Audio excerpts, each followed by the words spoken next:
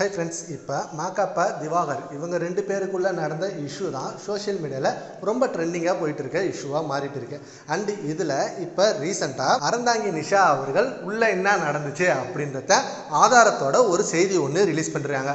அதை பார்த்ததும் எல்லாருக்கும் ஷாக் ஆகிடுச்சு. அப்போது இவர் சொல்கிறது தான் உண்மையா அப்படின்ற மாரி அவர் பக்கம் திரும்பி இருக்கு இந்த செய்தி. திவாகர் அவர்கள் குக் வித் கோமாளிலேருந்து என்ன அடித்து துரத்திட்டாங்க, என்ன கார்னர் பண்ணுறாங்க, ரொம்ப பிளேம் பண்ணுறாங்க அப்படின்னு சொல்லி மாகாப்பா, புகழ், கானாவினத் இவங்க 3 பேர் மேலேயும் போலீஸில் போய் கம்ப்ளைண்ட் கொடுத்தாரு.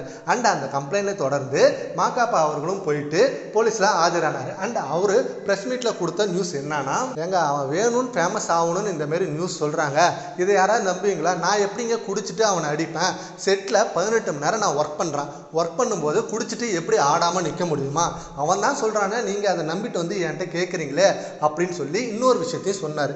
அதாவது அவன் இன்னொரு தப்பான விஷயம் ஒன்று பண்ணான், அதை இங்கே சொல்கிறேன் கேளுங்க. ஒரு புருஷன் முன்னாடி பொண்டாட்டி மேலே கை போட்டுக்கிட்டு இவ்வளோ நாள் அவன் கூட இருந்துட்டேன், இன்றைக்கி ஒரு நாள் என் கூட இருன்னு இப்படி தப்பாக சொல்கிறான். அவனை என்னங்க பண்ணுவீங்க? நாங்கள் அது ஏன்டா சொன்னோன்னு தான் தட்டி கேட்டோம். அவனை அடிக்கலை, கோவமாக பேசலை, ஏன்டா இப்படி தப்பாக பேசுகிறேன்னு தான் கேட்டோம்.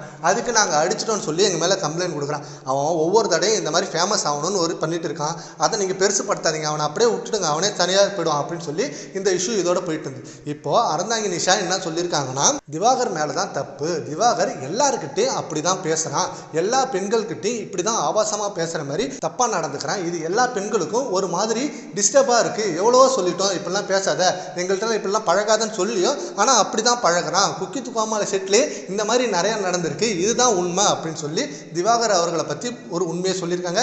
இது எல்லாருக்கும் மிகப்பெரிய ஷாக் ஆகிருக்கு. திவாகர் பிக் பாஸில் இருக்கும்போது இப்படி தான் நிறைய விஷயங்கள் பண்ணார்.